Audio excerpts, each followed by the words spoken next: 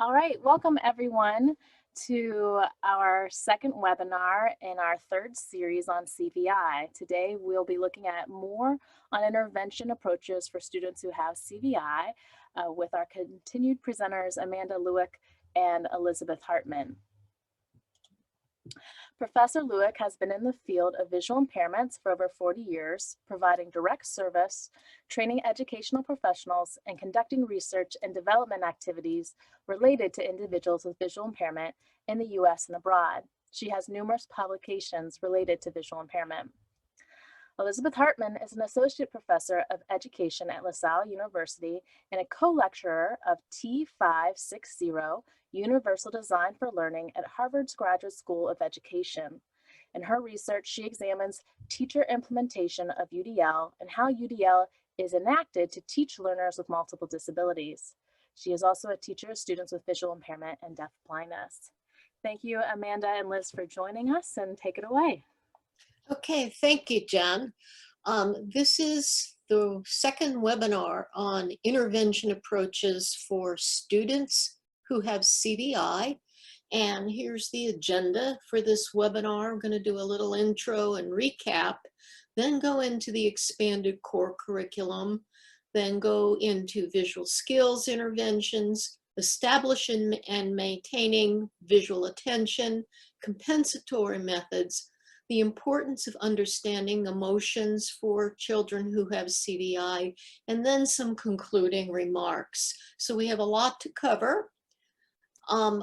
If you would like to contribute to the conversation, and we really hope that you do, we have a method for doing that, and I'm going to turn this over to Dr. Hartman to explain that method. Thanks. Hi, everyone. This is Liz Hartman here. And I will be on the back channel or the Q&A answering questions throughout the webinar today. So if you would like to answer a question, comment, or just ask a question throughout the webinar, please go down to that Q&A button at the bottom of your screen and click that, and we look forward to chatting with you. Thanks. Okay, so let's move on. Before we begin, think about instructional methods for students who have CVI. What types of interventions do you emphasize for these students? And as we present, please think about how the information applies to your intervention practices. So let's do a little recap from the previous webinar on instruction. The most important thing to remember is that intervention is multidimensional because children are multidimensional. There can be instruction in skills and behaviors, organization of the environment. Consider how vision intersects and impacts other skill areas, the application of skills and behaviors in functional and meaningful activities, and always, always consider self-esteem, social well-being, and self-determination. So I want to also mention that this webinar is a capstone of all the other webinars that prepare you for making decisions about intervention approaches for children with CVI.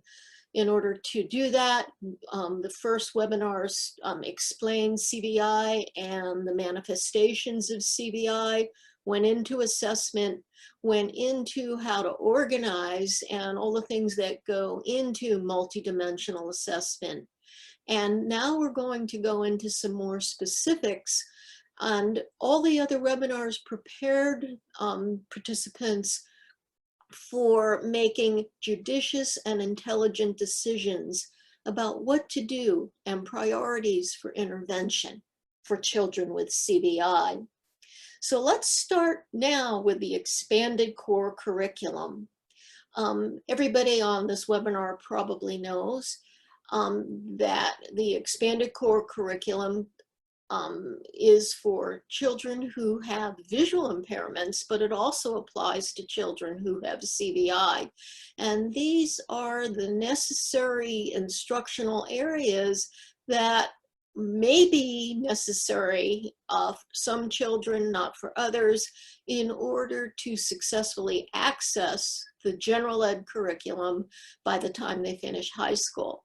And that includes compensatory access, sensory efficiency, assistive technology, orientation mobility, social interaction, independent living, recreation and leisure, career education, and self-determination. And what we want to emphasize in this webinar is that all these areas can be affected in students who have CVI.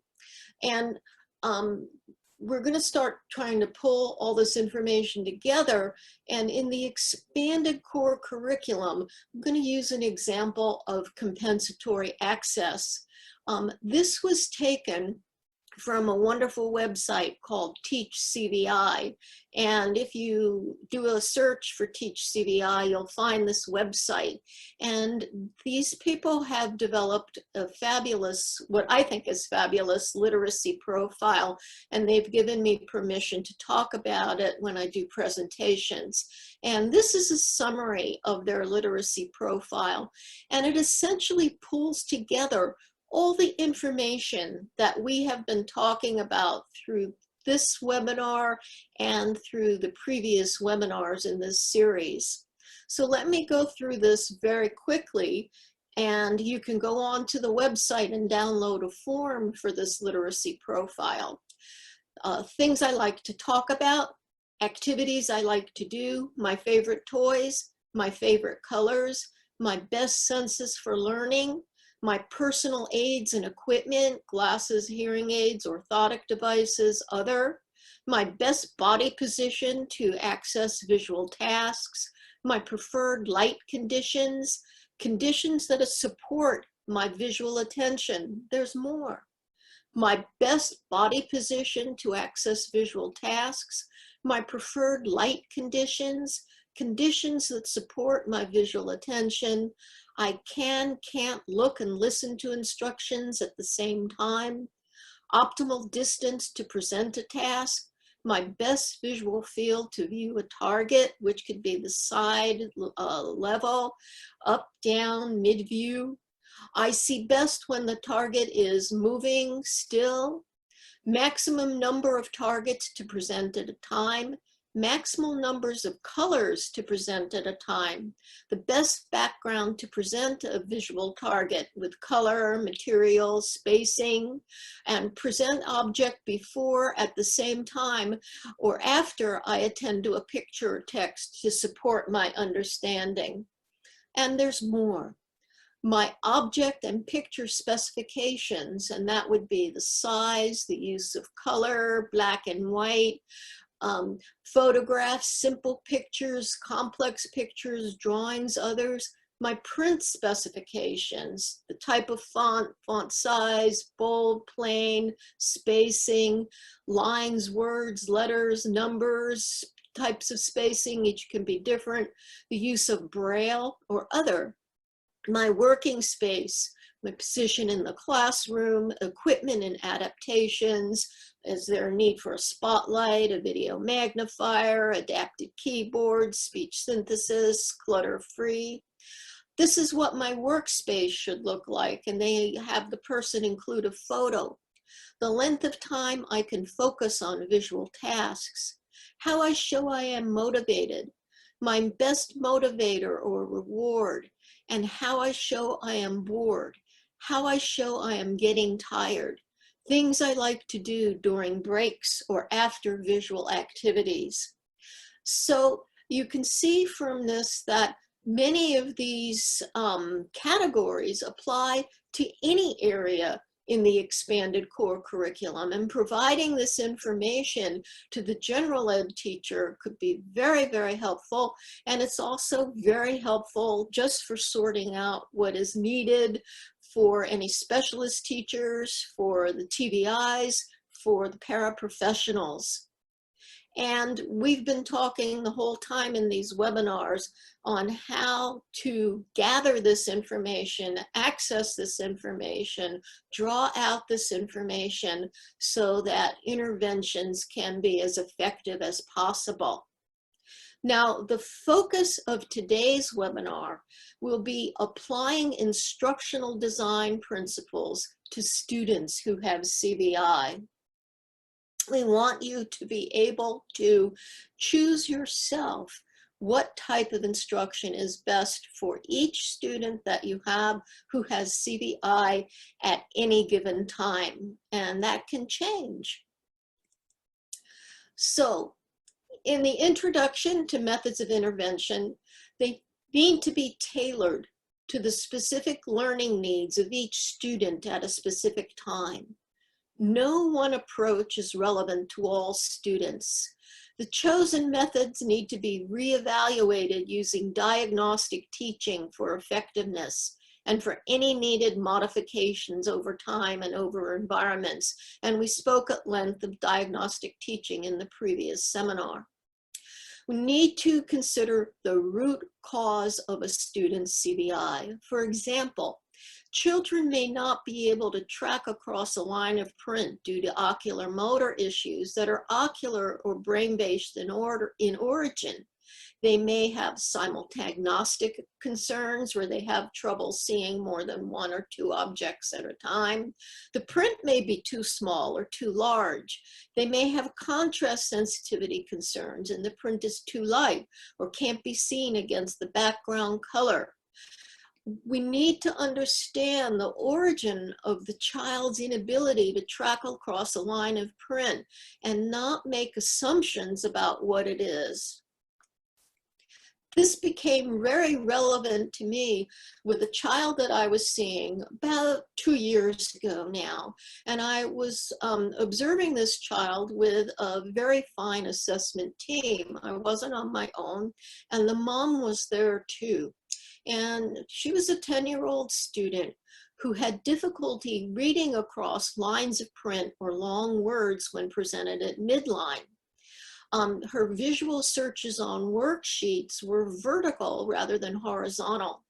And she used her left finger to point to words that were left of midline and then continued to point with her right finger for words that were to the right of midline. And when I gave her some print size tasks, she had some difficulty following along the lines of print. And I watched her during a break in the classroom just to see what she was doing. And I saw that when she came across something that was closer to her left side, she would use her left arm. And when she came across something she wanted to touch or explore, when she came across something that was on the right side, she'd use her right hand. And the mom reported that she had been having tracking exercises for years and that there hadn't been a lot of improvement. So while we were getting ready to continue the assessment, the really cool young lady said, "Do you want to see my favorite video game?" And I said, "Sure." And this is a picture of her favorite video game. And you can see that her finger is on the little icon, the little avatar, or whatever you want to call that that's actually a little person running down the road. And there were going to be obstacles. And she had to move the little figure around the obstacles. Well, she was so good at doing this. It was incredible. And I couldn't have done as well as she did. And I saw why it was her favorite game. Then I turned the iPad on the side so she would have to do the same tracking, but going from left to right. She refused to let me turn the iPad around. She just said, "No, I can't do it that way." So we turned it back and she was off to the races again. And I talked with the mom, and we didn't have any information on the file about this, but it turned out that she had some issues with her corpus callosum. And the corpus callosum is the mid part of the brain that connects connects the networks from one side of the brain to the other. So, and that's, you know, my very layperson explanation of that, and probably Google it and find more information. But she was not physically able to go from across midline. And that led us to make a whole bunch of recommendations for placement of materials, what to do in sports, and all kinds of things. But making the assumption that tracking exercises would improve her tracking skills was incorrect. And I learned something, and the person who taught me was this 10-year-old student who knew exactly what she could and couldn't do. She just had to teach me what she could and couldn't do. So let's talk about presentation styles that go beyond the visual presentation. Audition and language methods have to be considered for each student. They may or may not be necessary. The pace of auditory input should match the pace required for each child. Some children can't follow fast-paced dialogue or instructions. Voices can be modulated. They can be adjusted for pitch and loudness to keep children engaged. There can be competing auditory stimuli, and this should be minimized, especially if any of you are doing work in the home. Often there's background radio or television on that could be very distracting to students with a CVI, and even a calming tape in a classroom might be distracting. Music tape might be distracting to children with CVI. It just depends. So we have to be careful.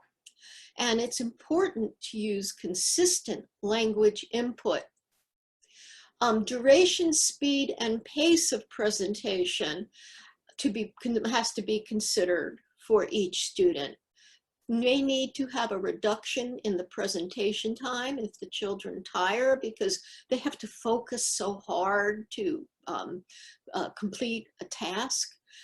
There can be breaks during instruction. Increase the time needed for the child to respond.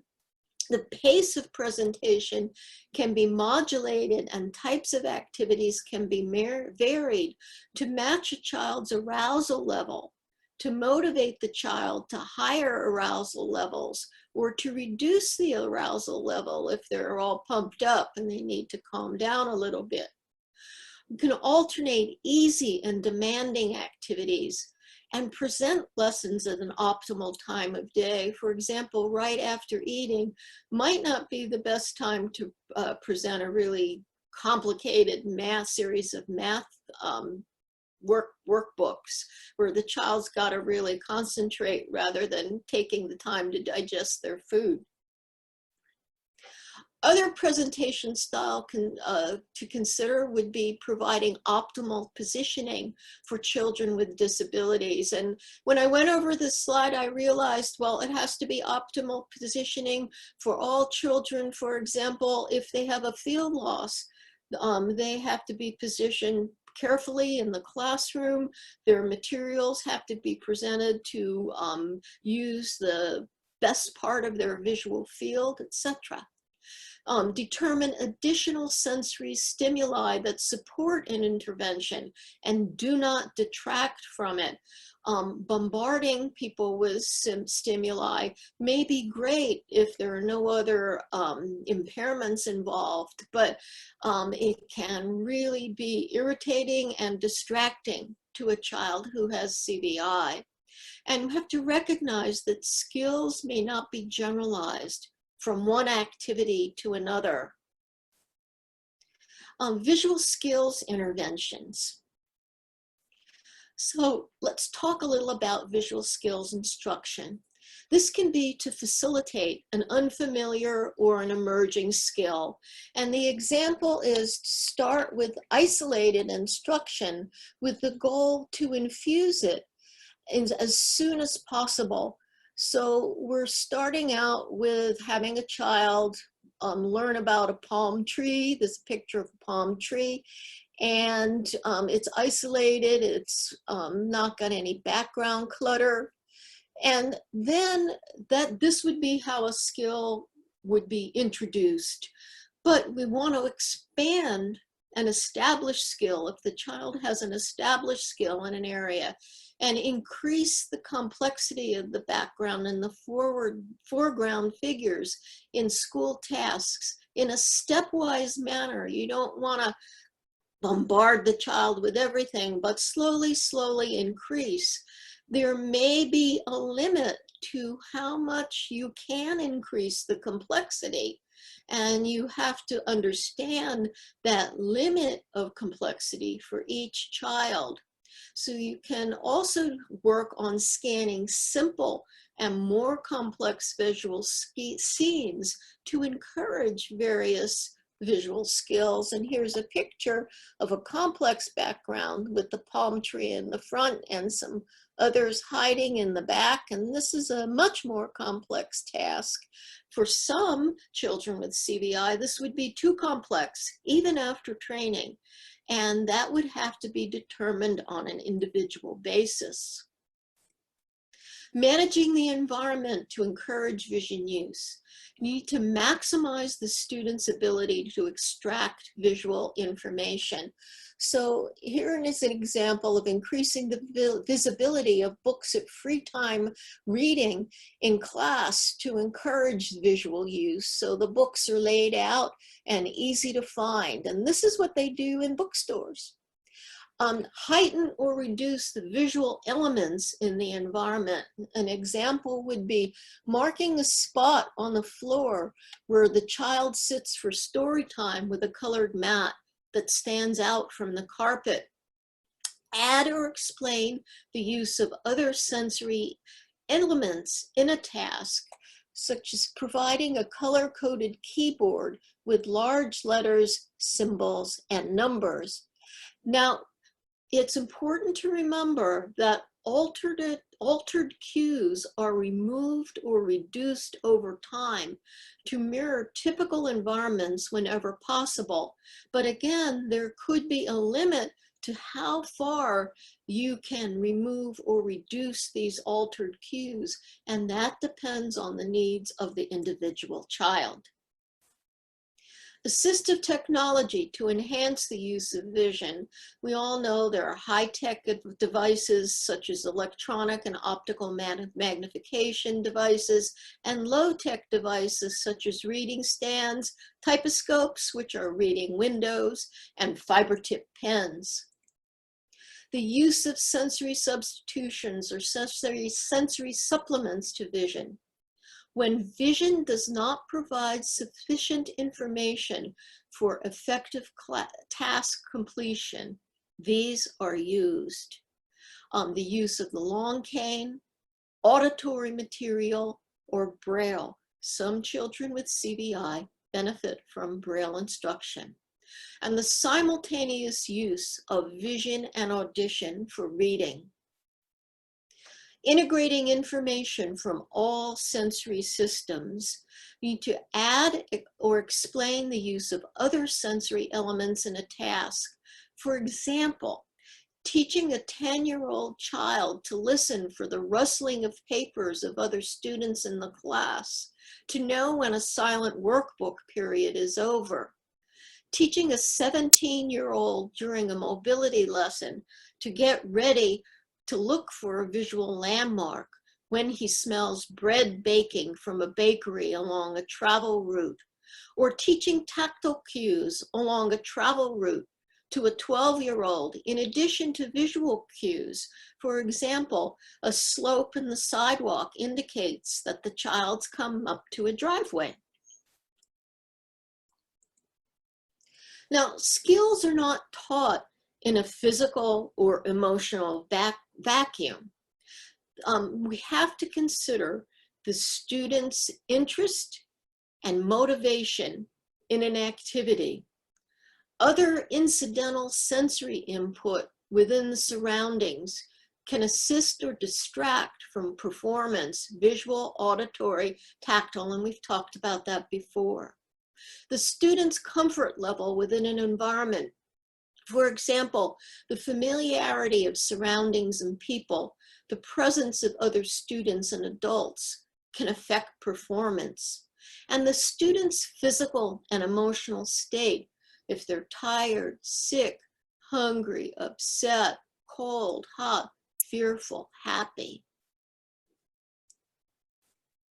So let's pause for a moment and let me ask the conversation question number 2. If your student is learning a visual skill in isolation, how will you determine when to move from an isolated skill program to one in which a skill is infused into an activity? How do you know when to make that change? Dr. Hartman, do you have any questions or comments from the group at this point? Okay, and I want to encourage you to use the Q&A if you have any thoughts, any pointers you want to make about any of your students, or any questions about what we've been talking about in the webinar up to this point. So we're going to move into another area, and this is something that it's really important to think about. And in some places where they work with children with CVI, they super focus on visual attention. And that's why I want to bring this to your attention and talk about ways to promote visual attention in simple to complex tasks. One thing that's been talked about a lot in Europe is the use of the tent. And there's a picture of a tent with a child in it, and the use of the tent has been said to help to maintain attention and reduce environmental distractions for some children with multiple disabilities. In one of the reports, and it's in the references on this PowerPoint slide by Suzanne Little and Gordon Dutton, a child who had not used his vision before started using his vision when he was isolated, and one element, visual element, was presented to him in the tent. The tent surrounds the child and lessons are conducted within it. The child uses vision within the colored tent to concentrate on one major sensory input at a time.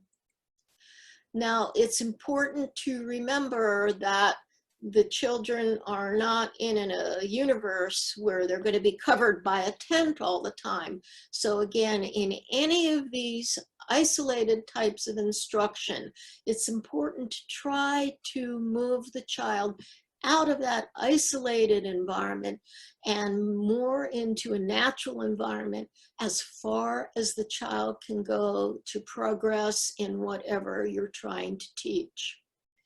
So for a child who responds to movement, we can move or shake the object to be viewed. But it's important to be sure that the object is not moving too quickly for the child's visual system.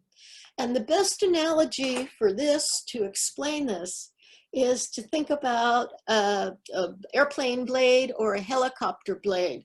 When it's still, not moving, you can see all the parts of the blade.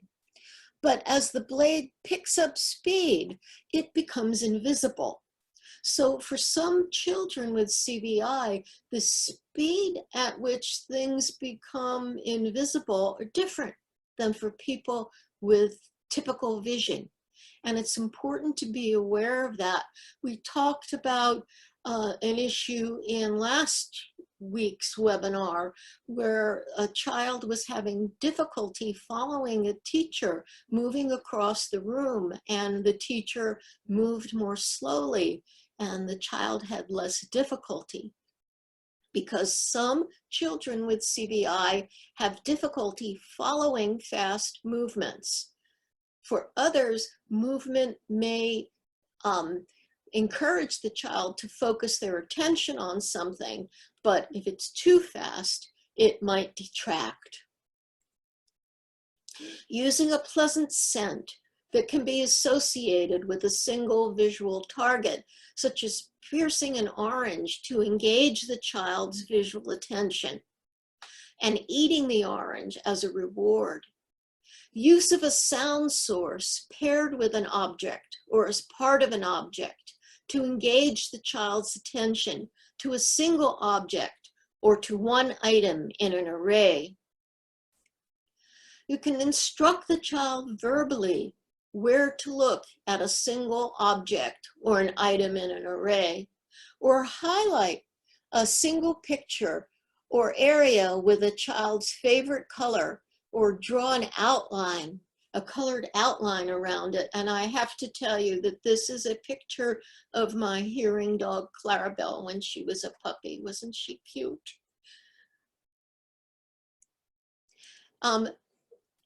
Other ways of establishing and maintaining visual attention.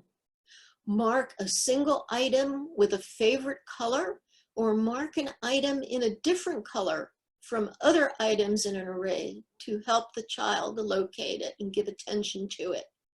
Cover extraneous visual material surrounding an object, picture, or letter with construction paper, in workbooks, or with cloth for objects on a desk. Use a readily visible pointer to draw attention to a single object or an item in an array. Tapping with the pointer may provide additional assistance of a sound cue. Have the child point with a finger to single out letters or words when reading. There's no problem doing this, and it can help some children who have CVI. Highlight print or pictorial material with color. Outline around the material to be viewed. Use a typoscope, which I mentioned earlier is a reading window that shows single letters or words or lines on a page. Use of a line marker to single out lines or sentences on a page. Now, what I learned with one young lady is that it's important to take care to ensure that the methods used do not inadvertently distract from an activity. I had always been using typoscopes to help isolate words on a page, so that if a child was reading a page of print, putting a typoscope on, help them focus their attention to one line of print.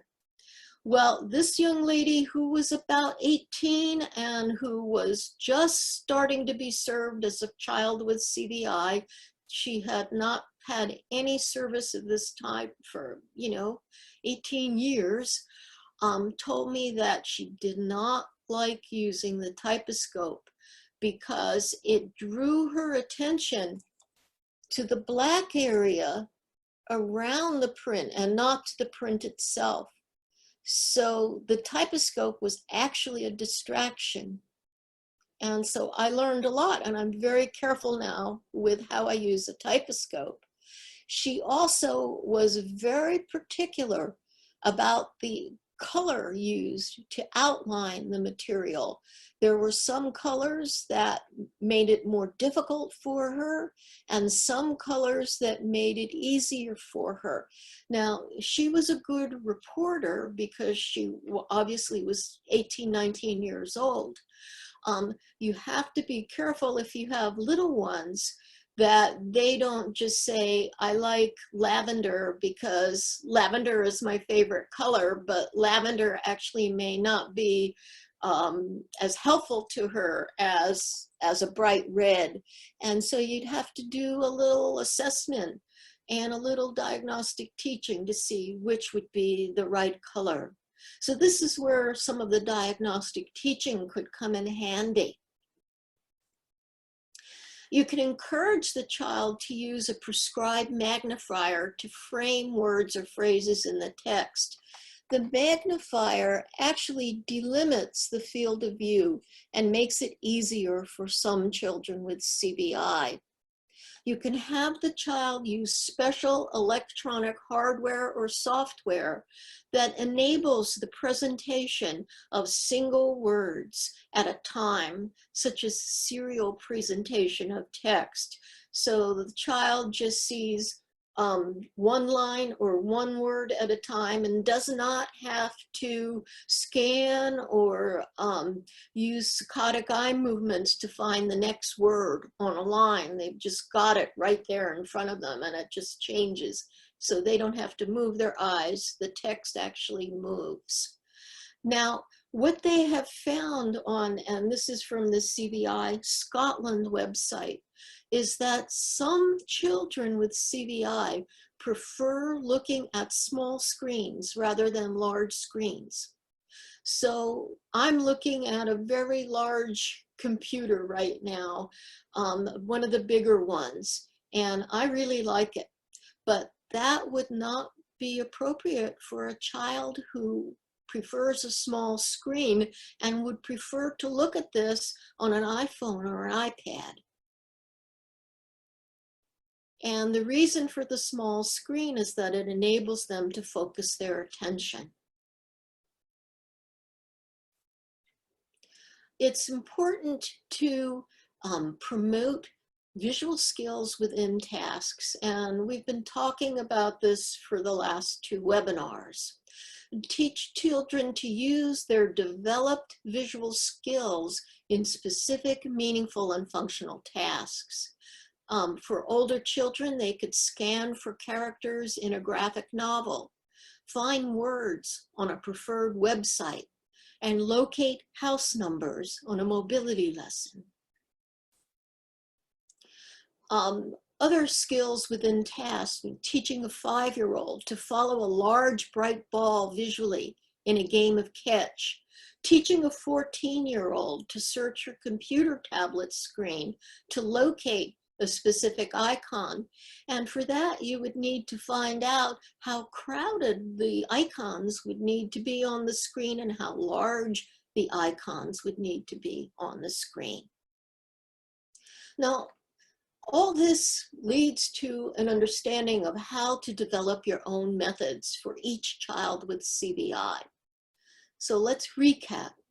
Need to understand the student's CVI, and if an issue, their concurrent ocular visual impairment, to select the most appropriate skills to address and look for the root causes of behaviors. Choose the most appropriate intervention approaches for unfamiliar, emerging, or established skills. Make sure the environment is optimal for learning and adjust the environment to make it as normalized as possible when the student is ready. Align interventions with IEP goals and for birth to 3, the IFSP goals for functional, meaningful activities whenever possible. Now, there are many websites on CVI, and there are more coming out all the time, and they're terrific, that provide great ideas for materials and methods to promote functional vision and for integrating sensory skills. I encourage you to look through them with a critical eye to ensure that the methods that you choose are optimal for your student at a particular place and at a particular time. Let's move on now to compensatory methods. You all know what these are, but I'll do a little explanation. How do they work? These are alternate strategies and materials to improve task performance specific to the needs of each child. These may be endpoint adaptations because certain visual, perceptual, and other sensory functions are set. And I gave you the example of the child who had the hypoplasia of the corpus callosum and could not move or track across midline. But they may not always be permanent adaptations, and sometimes these compensatory methods are treated as permanent adaptations, and they're not changed, but they could be changed, they could be reduced. Their application can change as the child matures, with instruction, as the environment changed, and even as the child's motivation changes. As the child gets more interested and excited, they might not need such excessive adaptations. They could be reduced. It's important to modify compensatory methods when a student develops basic skills and behaviors. And the rate and acquisition pattern will vary for each child, and that can be applied to specific tasks. So let's talk about some compensatory methods. Using a list of steps on a travel route for students who have topographic agnosia. Those are the students who get lost on a travel route. If they have a list of what they can look for, that's a compensatory method that can be very helpful to them. Taking a photo of an object on a smartphone and enlarging it to see details. If a child leaves food on one side of the plate because they have a field loss or visual neglect, the plate can be rotated so that the food is at the top of the plate or on the other side of the plate so the child can find the food. If a child leaves food on the near side of the plate, doesn't see it, again, because of a field loss, because of visual neglect or something else, you can move the bowl further away to allow the near side of the plate to be seen more easily. For difficulty selecting a chosen toy in a toy box, books on a shelf, or pencils from a school bag, you can encourage the child to return the items to the same place. You can use transparent or organized containers, a pencil case, or a school bag. You can organize a school desk to make things easier to find. It can be a large organizer or a contrasting color in the desk, separate compartments, a transparent case for small things, and a defined place for everything. You can sort and separate toys or other items on shelves or bins rather than placing them disorganized into a container. So if they're sorted out and organized, they're much more easier to find. These are sorted by color, but they're still quite difficult to find. If they were spread a little bit further apart in different bins, they would be much easier to find. For difficulty finding a friend in a playground or a mother at the store, you can encourage the child to rely on voice recognition to locate friends and family. Encourage the child to use a mobile phone to call or text the person they wish to locate, and use pre-arranged meeting points. For not recognizing people by their faces, the color of clothing, I don't think any of us would not recognize this person in a crowd, or the shapes of identifiers, such as earrings and voice recognition, are all strategies to circumvent the problem. Let's talk now about understanding emotions. Oops. Faces, facial expressions. Some children with CVI have difficulty recognizing faces and also facial expressions. This is a ventral stream issue. Now, what they're finding is that the ventral stream issues are less noticeable in children than the dorsal stream issues, but there are children who have difficulty recognizing faces and facial expressions.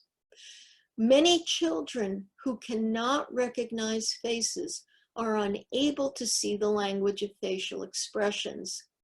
This is also true for children with poor visual acuities.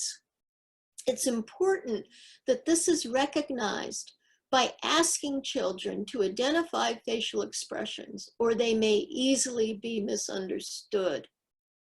Children may have difficulty seeing the fast motion of facial expressions and therefore miss them. And it's important to clearly communicate one's feelings and emotions, work on the meaning of expressions. I think we saw a video in one of the earlier webinars where an O&M teacher, Carol, was talking about her student Jack. And Jack had been going to school with the children in his class for years, went on a school trip and had to line up with his class at the end of the field trip. And he lined up with the wrong class. He could not see their faces. So it does happen. It's very socially disconcerting. Jack said that he couldn't find his friends at the school when we talked. If his friends were eating lunch in the lunchroom and they moved, he couldn't find them. So it's a very socially disconcerting experience for children with CVI who have difficulty seeing faces, recognizing people from their faces, and then it's compounded if they have problems with the language of facial expressions. So, choosing the most appropriate instructional or compensatory methods requires sensitivity to each student's unique set of circumstances and the root causes of each child's CVI. It requires careful observation as circumstances and the student change, and an understanding of CVI from the student's perspective. So let's talk about contributing to the conversation. And I have some questions for you. How can you make sure you don't get overwhelmed by assessment and intervention for students who have CVI? Are there other specialists who can be a part of the team to provide services to a particular student with CVI? It's best to start one step at a time and increase your knowledge slowly as you introduce interventions for children with CVI, understand the root causes of a child's CVI. This adds depth to your experience step by step. How will you start? So I'm going to turn this over to Dr. Hartman again.